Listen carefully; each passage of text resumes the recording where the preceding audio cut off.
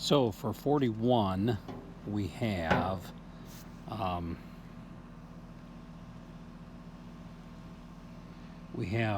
area is equal to pi r squared. So I used what they said to use, which was the 22/7 here, which was actually kind of nice. And we're going to multiply that by radius, half of the diameter, 14 squared. We got 196 for 14 squared, and we're 22/7 times 196 over 1. So 7 is a factor of 196, and that goes into 196 28 times.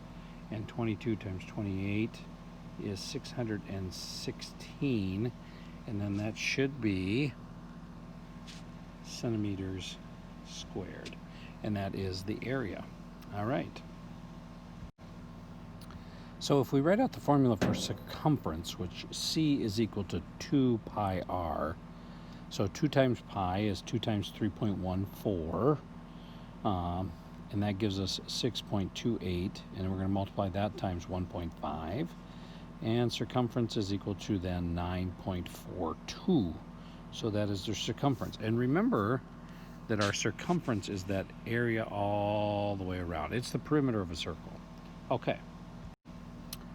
Okay, so let's look at what Gina has here. Gina has $48.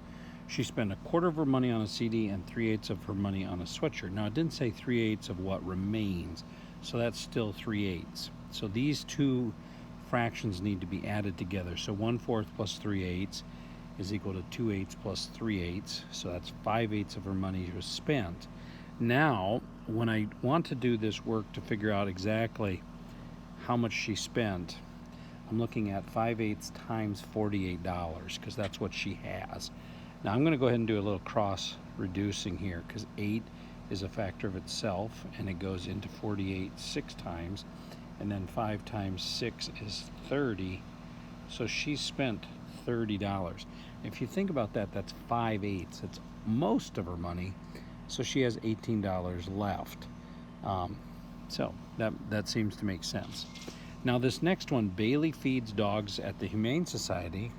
Each dog gets a quarter pound of food per day, and how many dogs can Bailey feed if she has 5 2/3 pounds of food?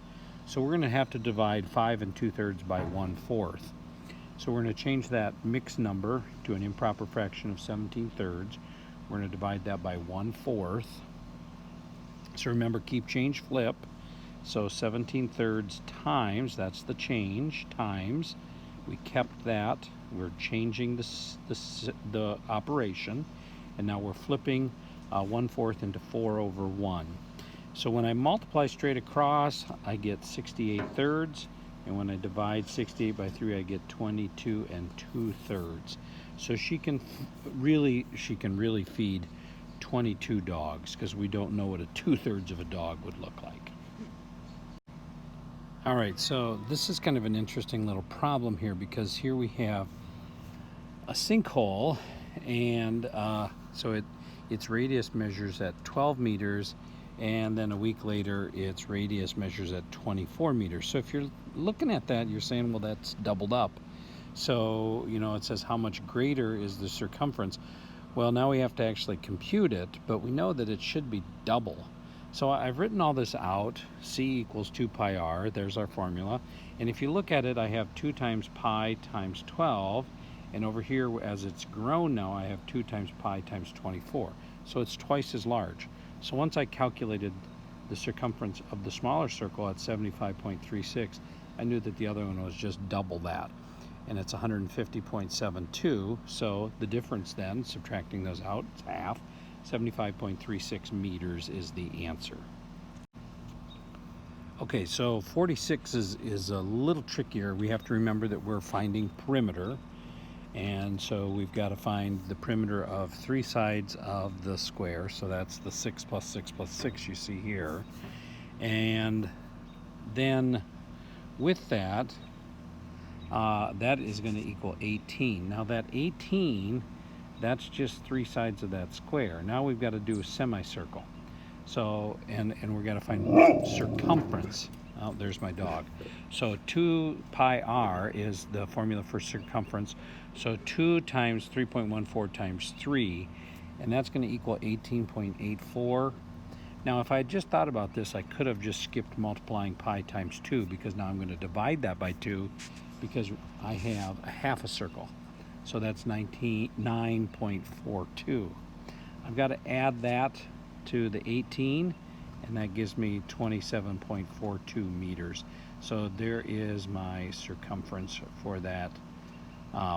That really looks to me like kind of the key of a basketball court, and it's called the key. It's the foul line, and then you shoot to the basket, etc., etc. Anyway, so now here we've got an outdated problem here, because we're talking about the cost C in dollars of a monthly phone plan can be found using the equation C equals $19.99 plus 0.15x, where x represents the number of text messages sent. I don't think they use that formula very often anymore for cell phones, because most of us probably have unlimited texting, or that's pretty common. And the cost to send a text then is 15 cents per text, and it's 70. I've sent 78 text messages in 1 month, so my monthly fee of $19.99 plus 0.15x, I've got to multiply that 0.15 times 78, and that my texting cost me $11.70. I add that to the $19.99, and my monthly cost is $31.69. So this table is really asking us if y is equal to x minus 2.3. It's really saying whatever the value of x is, we're going to subtract 2.3. So I just wrote that rule simply right above, kind of like we have with function tables. And now as I take 7.6 minus 2.3, I get 5.3. And then when I take 5 minus the 2.3, I get 2.7. 6.1 minus 2.3, I get 3.8. And now here, I need to really do the inverse here. Here I have 4 in the y category.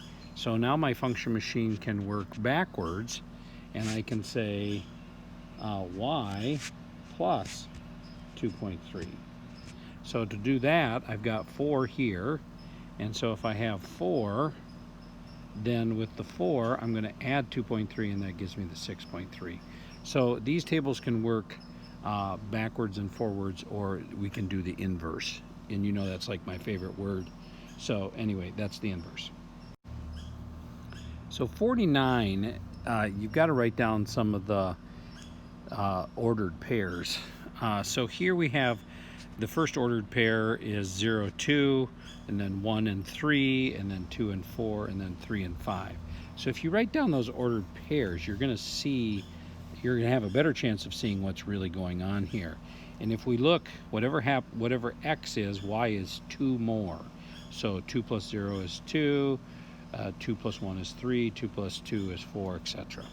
So the rule then, y is equal to x plus 2.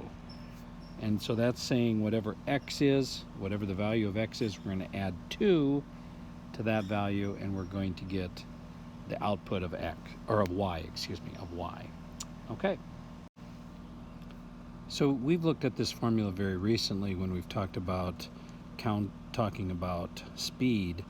Distance equals s times t, or d equals s times t. Here our speed is 50 miles per hour, and our time is in hours. So this is kind of what you should have made, is for 1 hour we're going to travel 50 miles, 2 100, 3 150 miles, and 4 200 miles. And you can go ahead and multiply that out for any number then. So the rule for the table here is y is equal to 1/4 of x, or y is equal to x over 4. I kind of like that one the best, because if I put 1 over 4, I get 0.25, and I put 4.4 over 4, I get 1.1, 20 over 4, I get 5, 100 over 4, I get 25. I kind of like that one the best. And then, or you could have y is equal to 0.25x. All of those are just other ways of saying a quarter. So what they want you to notice here is that when we're talking about perimeter of this square, we're really talking about how much will it be decreased if we decrease the side length. And remember that that's happening to each side.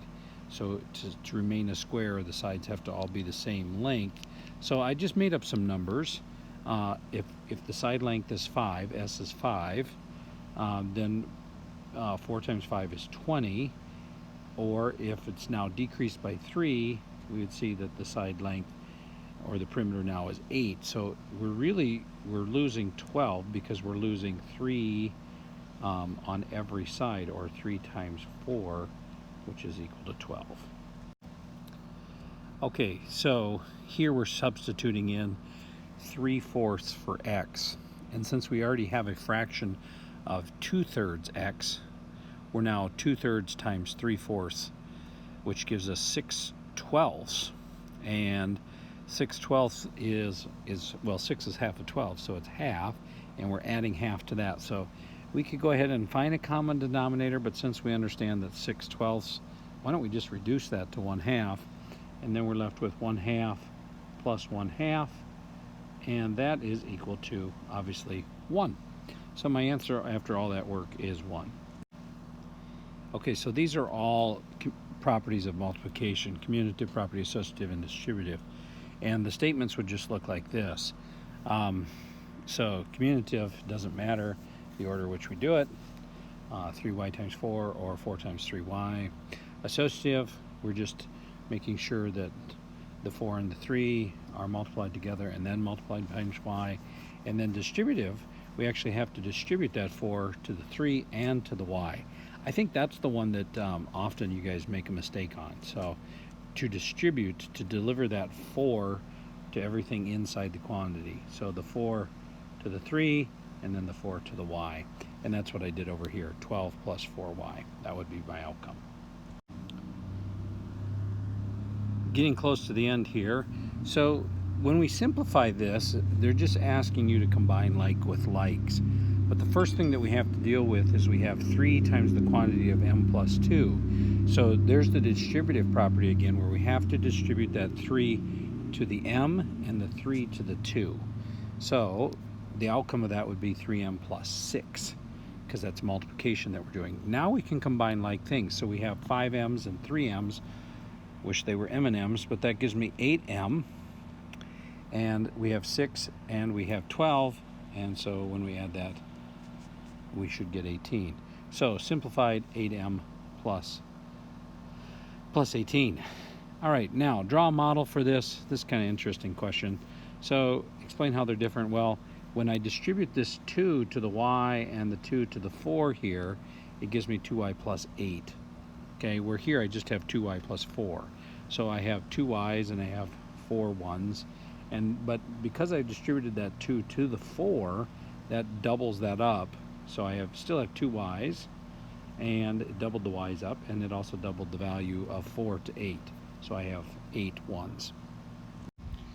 So number 57, we need to figure out how many gallons of blood are pumped in your body in 24 hours. And even when you're sleeping, your heart is still beating, which means it's still pumping blood, which is a good thing. You're alive. So since the formula is G gallons divided by 80 is equal to 24, if we write that out, we're going to have to multiply each side by 80. That gives us G isolated on one side, and then 24 times 80 is 1,920 gallons of blood is pumped through your body in 24 hours. Kind of cool. The next problem is talking about Kai. He saved $225. He spent M dollars on a skateboard. We don't know what he has left, but he has $25 left. We don't know what he spent. So he started off with $225. He spent M dollars, and he has $28 left. So that's our formula. Pretty straightforward. Okay, so a train makes a 200-mile trip in 4 hours, traveling at a rate of r miles per hour. So our formula that we've used is distance d equals s times t, S can be speed or it can be rate, the rate at which you're traveling, the speed at which you're traveling.